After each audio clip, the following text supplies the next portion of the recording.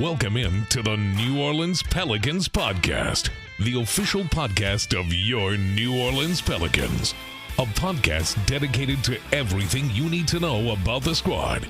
Hear from players, coaches, broadcasters, and those who cover the NBA on a daily basis. It's time to flock up. The New Orleans Pelicans Podcast starts right now.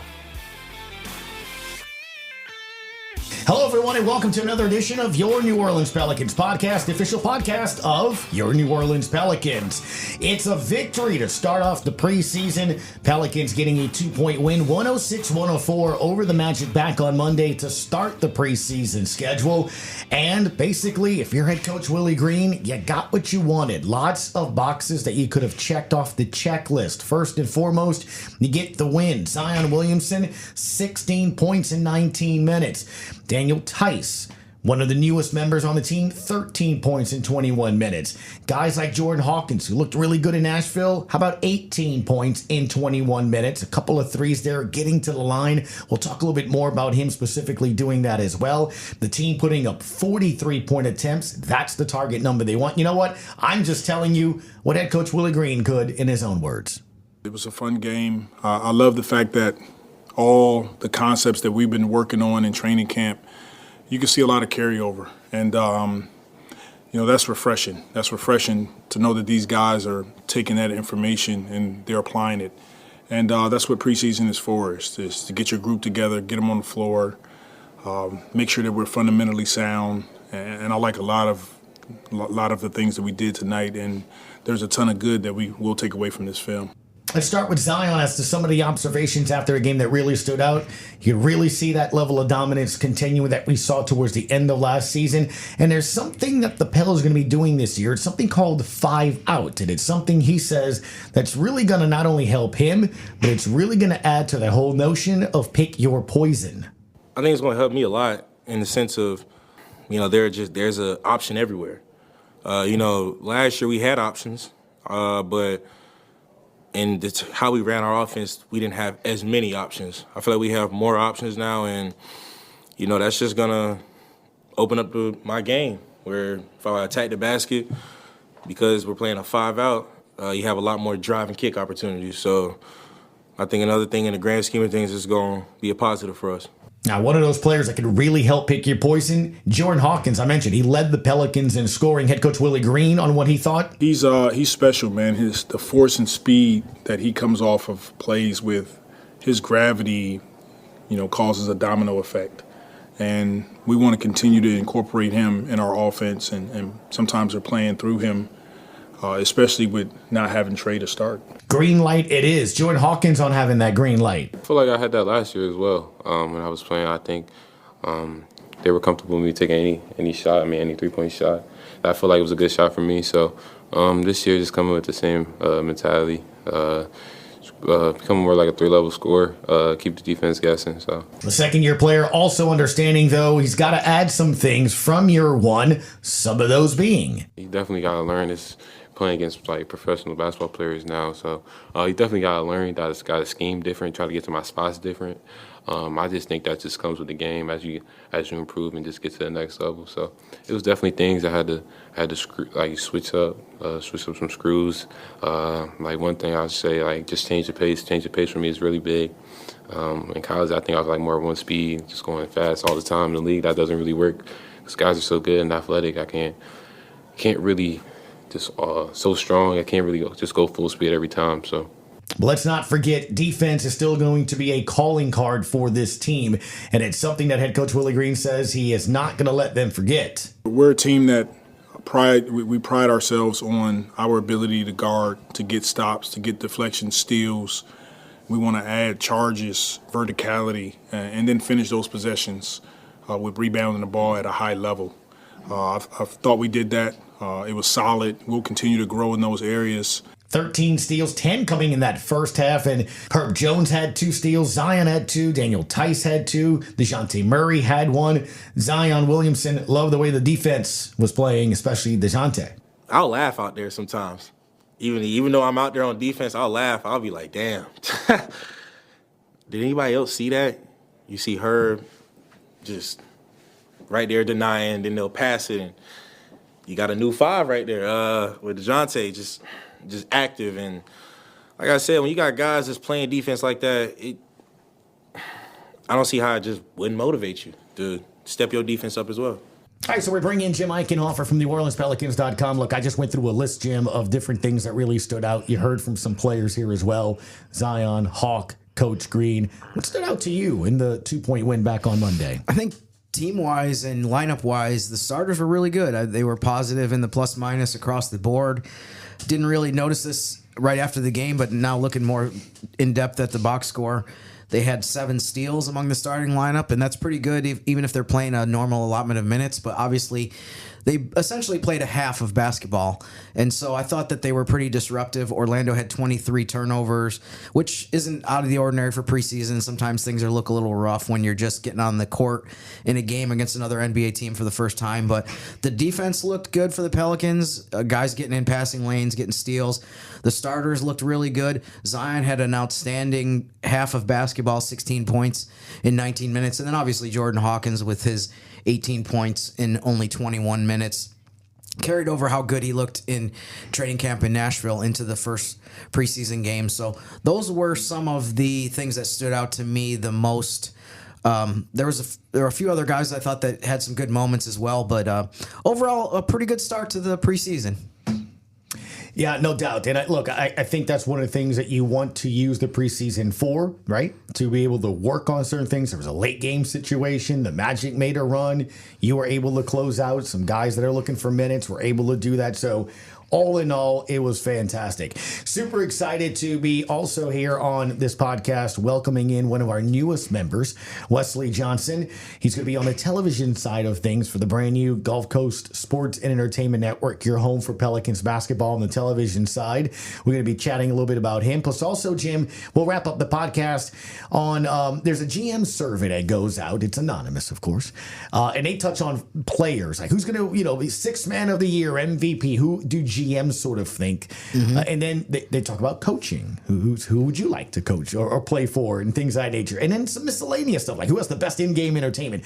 We're going to do that over the next 3 podcasts as well to kind of get you ready for the regular season opener against the Chicago Bulls. But without further ado, we'd like to introduce you and to have you meet the newest member of the Pelicans broadcast team, Wesley Johnson.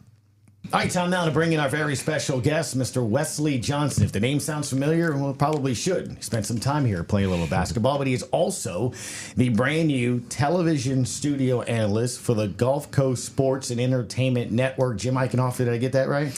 You got it. You nailed it, Gus. Okay, way to Wesley go. Johnson, you're going to have to say that several times. I don't know if you knew. Was that part of the interviewing process? Could you say the entire network letters? No, I could not. First off, man, congratulations. I appreciate it. And, man, it's a pleasure, getting to meet you here and welcome aboard, man, being a part of the Pelicans organization. Thank you for having me. I'm excited. I'm looking forward to it. It's something brand new for me, but something I would say I've been practicing and been, I think, transitioning to through my whole career. I mean, from college to the interviews and post games and scouting and everything. So just talking hoops is something I was bred to do. Yeah. How did this all come together in terms of this specific role for the Pelicans? If you could go through, how it came to be that you got this role. Griff brought me in and gave me basically a overview of something that was transitioning, something that was opening up. Asked me, was I interested in it? I just told him, yeah, this whatever you need from me. So he brought this to me, so I was excited about it because I think it's going to show me in a different light than it has in my previous years because I just played and everything was physical and you get to show your IQ and get to talk, get to show your personality, get to you behind the scenes, but you still get to be seen. Is broadcasting something that you thought about even when you were a player, or is it something that came more into your mind like later in your career or post-career? How did that go? I think it was mentioned. I think just going through the course of the career, I think it was something that was actually talked about through this players, family, asked would I do it, agents asked would I do it. They were like, you might have a field in that.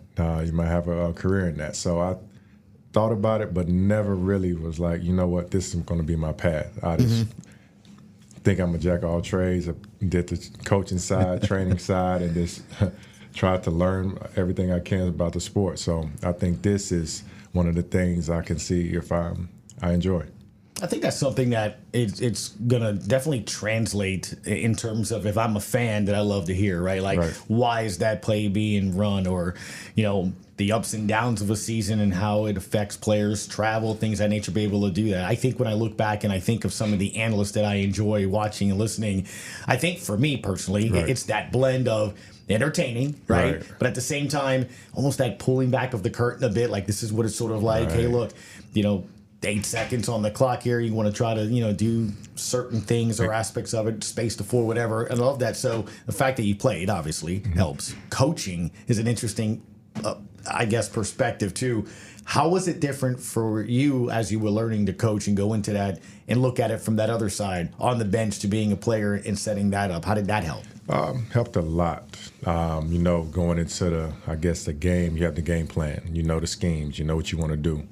As a player. So on the other side of it, you get to break down the film. You get to look at the tendencies, look at the player personnel as far as like how are they going to be effective in the offense. So with me being an ex-player and seeing the sides of being a player, then actually breaking it down like in a coach's standpoint, and then trying to give it to the player in a way that it's going to be effective for him to go out there and do it. It was like, okay, I see why so many man hours go into watching all the film, which you watch film as a player, but in the coach's side, you're watching every little thing. When the rotations come in, how they run in transition, how the play is going to be broken down when players come in, who they're running the offense through, how the defense is shifting.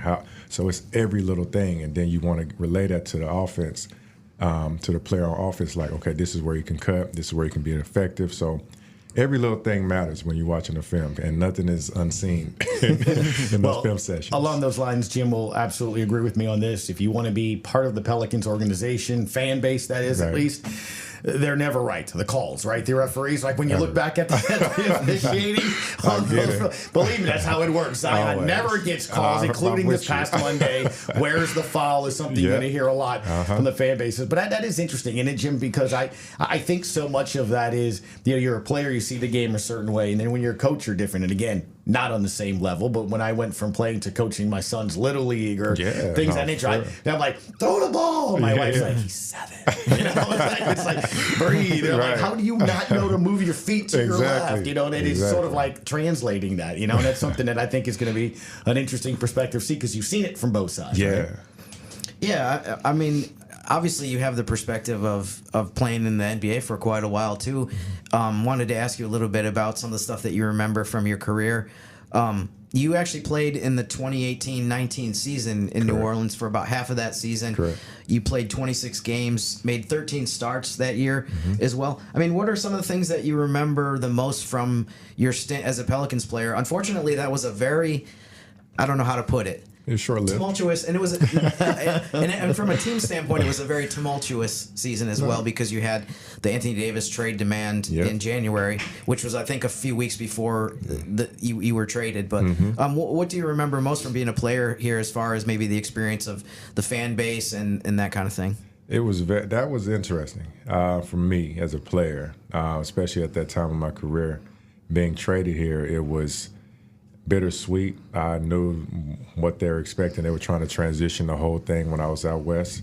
And for me, coming here, I went from being basically one of the youngest on the team to the oldest on the team, like within a week, which was different because I see the vet side of it. All the guys that were going through the ups and downs of the season, and why am I not playing? What can I do? This upset about the game, and it was like, okay, I have to be a voice. I can't just fall into the fray of being the same, like I'm upset, and no, it's like I have to help them through this. So that 26-game stint and all the practices and the travel, it was more so of me helping.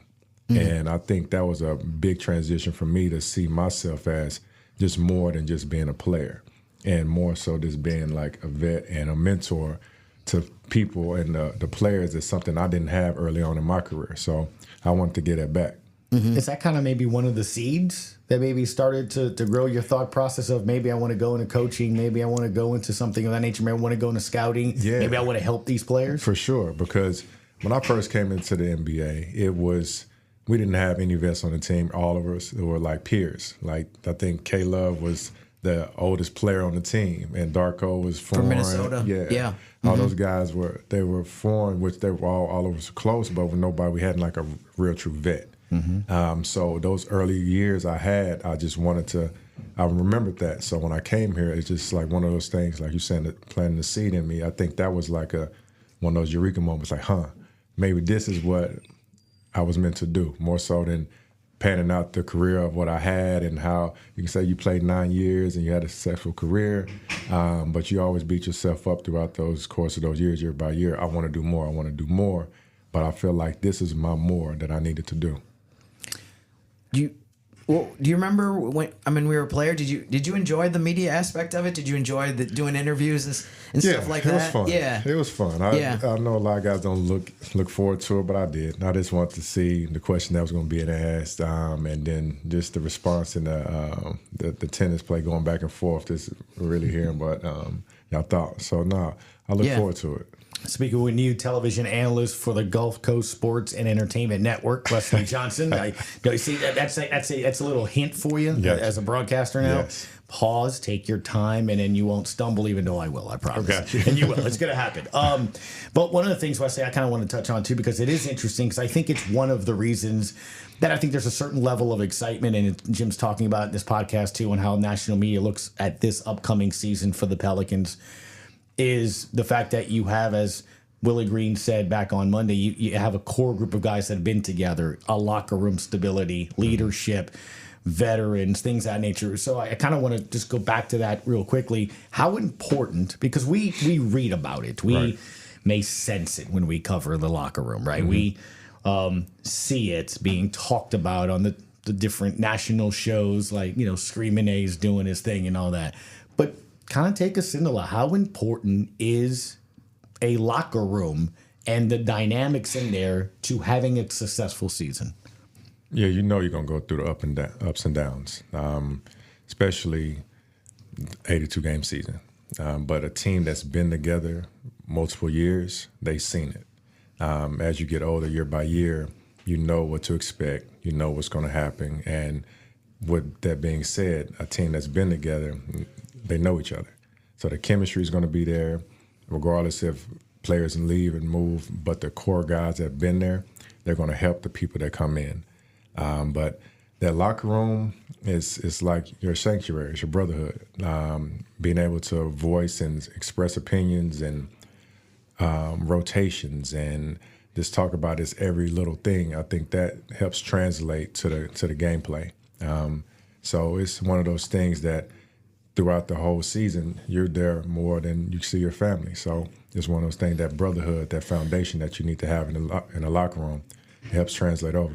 You mentioned the Minnesota teams that you were on. Obviously, you were a high lottery pick, and maybe that team didn't have, like you said, a ton of veteran presence. I mean, did you feel like over the course of your NBA career, you experienced pretty much everything? You can kind of carry that into your analyst role in terms of you saw what was effective with teams, like why teams didn't perform well, why they struggled. I mean, did you feel like you kind of experienced the whole range of everything during your career? Yeah. Yes, I have. So early on, we sucked. We weren't good, which was fine. I mean, that was a learning experience. And then every year I had a different coach. People were like, wow, how did that work out? Well, it didn't work out good, but if you look back at it, I had different coaches had different schemes, different thought process. And for a defensive, same thing. Certain things were the same, but it kind of, when I look back at it, it's one of those things that the game changed throughout my whole career. Every year was getting faster. Defense was spreading out. Offense was spreading out. Wasn't the traditional big. It was going to floor spacing. So I seen it from two bigs in the post, 3 out, 2 in, to one post, to no post. So it's like a transition throughout my whole career. So those early on years not really winning until getting, like, as of late in my career, actually winning, going to the playoffs, it's one of those things like you value and trust that locker room. You value and trust those vets that are around you. And the core group, that are core guys that have been there, they've seen it, they've been through it. So it's one of those things that holding everybody accountable, like having thick skin and just really just buying into and trusting the process. It's crazy, Wesley, because obviously, I mean, there was technology. It's not like you haven't played that long ago, right? 5-6 years since you've been here. But I do feel like every year it's just more and more. I mean, you could say you try to hide from social media what's being said. It's almost impossible. I know BI would say, he's like, I don't have an account and I'll do that. KD's got several burner accounts and all that. But I guess I'm interested just in that perspective, from first coming into the league to now too as well. How much does that impact not only the locker room, but coverage, coaches? I mean, I'm sure they hear it. You know, everybody has an out-of-timeout play that's better than what was run, right? Right. Depending on how it goes. Sure. And Jim's tweeting out there, what are you doing? No, he doesn't. You get what I'm getting at, right? Like, how does that impact I mean, you players? see it, you hear it. You try not to. But in the day, we're still human. I mean, regardless if we're not trying to hear it, but if you see it, it's still, you absorb it and everything. So you just don't want those things to affect you in your gameplay, which, like I said, we're human. It does happen. But having that camaraderie with a peer or a teammate to help you get through things like that, if you're down, you hope that they can pull you out of it. But try not to pay attention to it. Just go do your job and go hoop. You know, some people who listen to the show know that I'm from Syracuse. And I promise everyone I'm not going to spend the next 20 minutes talking about Syracuse Orange basketball. All right. But this guy, Gus, was phenomenal. He played the 2009-10 season. Syracuse he was the best player on the team. I think you guys were nationally ranked number 1 probably at times during that season. Yes, we were. And they were a 1 seed in the NCAA tournament as well. So I had a couple of questions for you about Syracuse.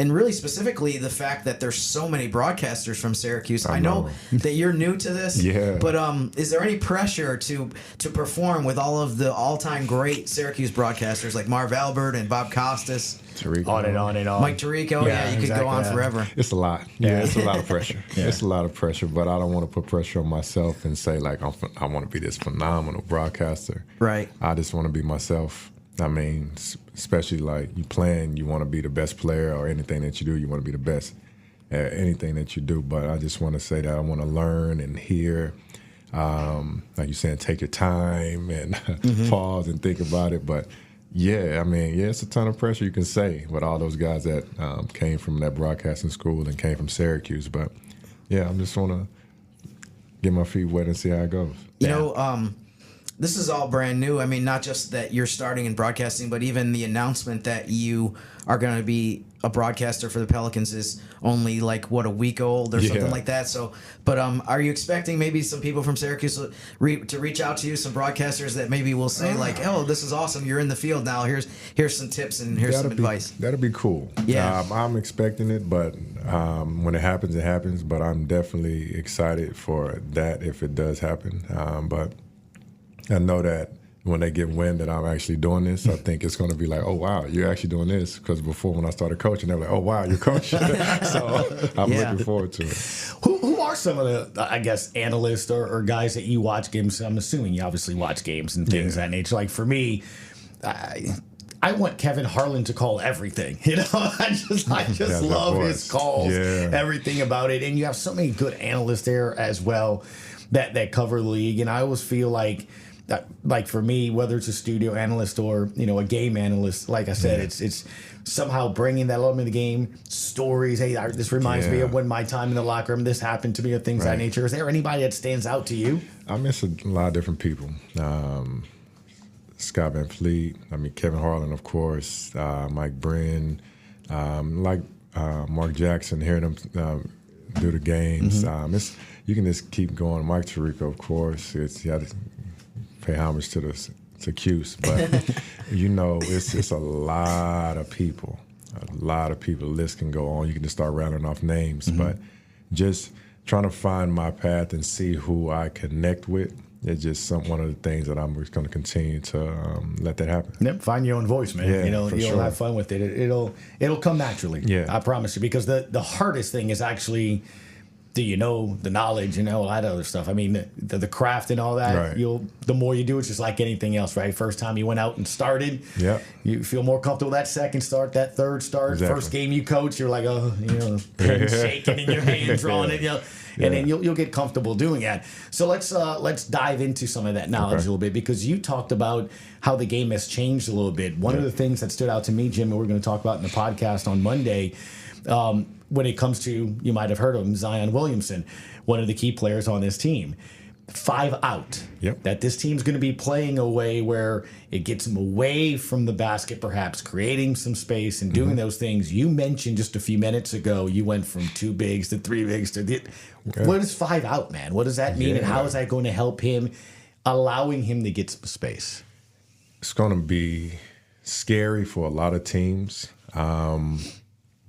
because, one, you're having Zion on the wing. So, okay, if you have a big or a player that you think that can match up with him, okay, if you have shooting around him, one of his strengths is driving and passing. So you're playing right into his hands. So that 5-out scenario is going to be created on one of the most dominant players in the NBA when he's there. So when he's on the floor and he's able to create for everybody else, it's going to play into the Pels' hands. So I'm looking forward to seeing that 5-out with guys like CJ, DeJounte, Trey, Herb, and B.I. on the floor, spread out. And then he's kicking in and you're trying to close out to one of those guys. Good luck. Because now you're going to close out with some of the best ISO players and best curators in the league. So it's going to be one of the things that it's going to be our strength. How much are you looking forward, just in general, being able to watch this team and cover this team every game? I mean, you mentioned a few of the names, but to me, it kind of stands out how talented this team already was, and then they add DeJounte Murray. Exactly. So, I mean, how much you look forward to just being able to watch these guys all season? I'm excited about it.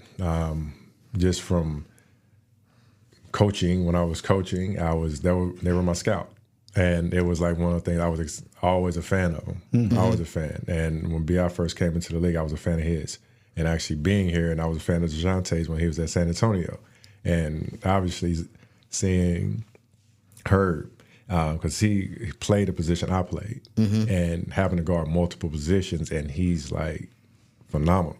Like he does stuff people haven't even seen, being able to guard 1 through 5 and dominate a game just on the defensive end and love it. So seeing this night in and night out, it's going to be, for me, it's going to be a pleasure. I think one of the things that I'm looking forward to seeing when it comes to this season too is the fact that you have a deep bench as well in those role players, and that's something that's different because we go back to that whole locker room talk too. Hey, look, there's some guys that are going to get the touches and play minutes. I think Willie Green called it the 30-minute 6 guys. There's going to be 6 or 7 players going to be 30 minutes, and then everyone else is going to have their time. But that's important, isn't it, right? I mean, there's going to be injuries, but it's also going to be minutes where, hey, you may have it today. Exactly. You may not. So other guys need to step up and do that. Guys like Jose Alvarado stood out in Nashville.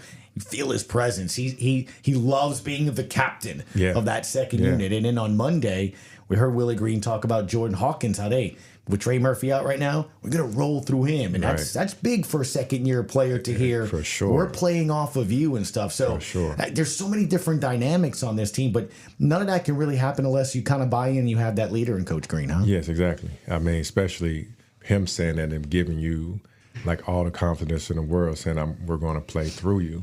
I mean, that means the world for a player. I mean, having your coach behind you and then everybody hearing that and knowing like, okay, go be you. And that gives you every fiber in your body to go out there and it's like, I can play free. I don't have to worry about anything. And then you're going to see him progress as a player, especially coming from year 1 to year 2. Because you've seen him in college. He led him to a national championship. And being able to do that and highlight and do that on this level, it's going to be a thing that he grows. Last thing for me, if you're a player or a coach, there's a whole process in place that you've done for years and years to get ready for the season. I think October 23rd will be your first broadcast, the regular season opener against the Chicago Bulls. What's the next 2 weeks look like for you in terms of getting ready for the season? I know you probably haven't even gotten a chance to. Yeah, I think you just met your studio co-host this morning, literally just a few minutes ago. But what's it like these next couple weeks getting ready for the start of the season? Actually, I don't know. I mean, just watching games. Watching games and really just taking it day by day. I'm looking forward to it. It's just like going to the season. You don't know what the season's going to bring. You prepare for it as much as you can. But on this side, I just watch games, listen, and hear everybody that's doing games, Sports Center, ESPN Radio, just hear what they're talking about, how they're doing it. And then hopefully on 23rd, everything goes smooth. All right. Well, I'll tell you what. Let's wrap up with something I'm pretty sure you're going to be asked on that first broadcast, right? Yeah. Man, what do you think of the Western Conference? What do you think of where the NBA is right now? Because we love talking about it. And look, and I understand that term play-in, and no one wants to do that. But I think that there was almost like a negative context to it in the past. Yeah. There was a four-way tie for first in the Western Conference going into the final game last season. Right. Those teams are still good this year, right? And some in the Thunder got better here. That Ja to Memphis, they're going to be competitive if he plays. So I think if you finish, not saying that you want the Pels to finish 7th, 8th, 9th, or 10th, but I mean, when LeBron and Steph are playing in the 9 and 10 spot, it's like, tough. Of course. I guess what I'm getting at is, you better play every night. And we've seen with this franchise the last 2 years, one game, Wesley. One game made all the difference in the world in standings at the end of the game. Of course it does. I mean, the West is no joke. And it's always been like this. Always. Night in, night out, you're getting the top tiers rolling in. So that being said, we have a lineup and have a team that is built for it, the depth. And playing those five out, moving Zion around and having the ball in his hands and everybody playing and creating off him is going to be scary for everybody else. So that being said, the way the league has changed, the game has changed, it's changing in a way that it's going to benefit us because now we're spaced out as well. All those teams that you're naming, everybody's spaced out. Oklahoma City spaced out, Denver spaced out. Like LeBron, when he moves to the 5 or however you want to play him, he's bringing the ball up. Everybody's around the perimeter. So we have a team that's matched up with it. And you got some guys that are amazing to watch, too. What Ant-Man did towards the end last year, becoming that and taking that mantra. I mean, that guy's sitting there on the Olympic team going, I'm the best guy. I'm like, LeBron. But I love that, though. I love that. I grew up, obviously, watching Jordan WGN days and stuff, which is crazy. I had an intern on my sports talk show. I talk about it all the time. Like, how did you never see him? I was like, no. I was born the year after he last won a championship. And I was like wow. But that's the thing. I think there's so many good young guys. I mean, I was just looking with Jim, the NBA GM survey. I mean, SGA. You have so many young players that are taking kind of that next leap moving forward. And I mean, Luka, by the way, is good. It's crazy, man. It's fun. From our perspective, and now you're on our side, every game is fun to watch because every game matters. Every game's going to be competitive, and every game you're going to have star players in this league right now. Yes. Right? It's exciting. It's a hell of a time to play. And because you're getting all these young players that, like you're saying, the Jordan-esque players that you got to watch growing up, now we're seeing that in our form, in this era. So the kids growing up watching this is one of those players like, oh, my God, I watched him growing up. So we're getting to see that. Yeah, it's going to be interesting. Defense still matters. The 3-ball. There's just so many different aspects. Again, we're just getting started. Yes. And that's the point, Wesley. We're going to have you in throughout the season. Definitely talk about what's going on with the team here as well. You'll be along with Aaron Summers on road games. Cannot wait to see that. Yep. And welcome aboard again. I appreciate it. Yep. Thank you for stopping by. Thank you. All right. Thanks again to Wesley Johnson for coming in. First and foremost, Aaron Summers is really going to like doing studio work with him because there's someone actually taller than her. Yeah, I mean, I feel bad for her. This is a milestone thing for her. I'm 5'7". You're just around that area as well. Something like that. We look straight up to Aaron. I'm like, how's the weather up there? No, but look, for you, man, it had to be cool.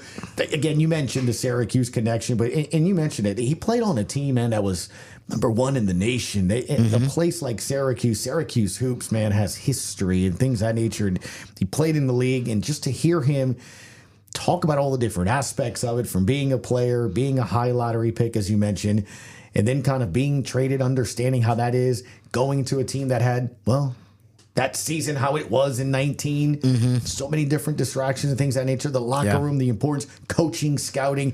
I think he can bring a lot of elements that fans are really going to love. Certainly. And, you know, he reminds me of something I've thought about a lot over the years that I've been here. I mean, if you think about it, he's a really well-liked guy. He just seems to be one of those people that people just enjoy being around.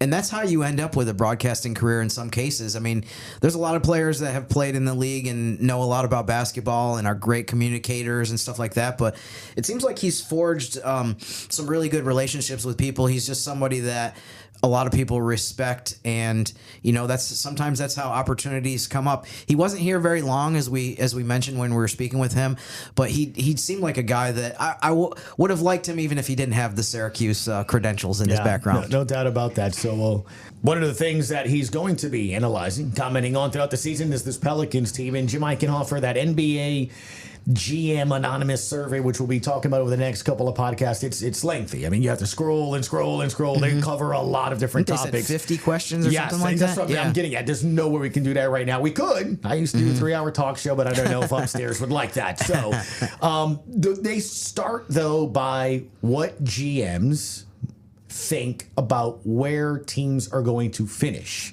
standings. Let's start with the Eastern Conference. The predictions, the top teams, Boston, New York, Philadelphia, Cleveland, 1 through 4, Jim. 97%, by the way, the GMs thought Boston will finish first.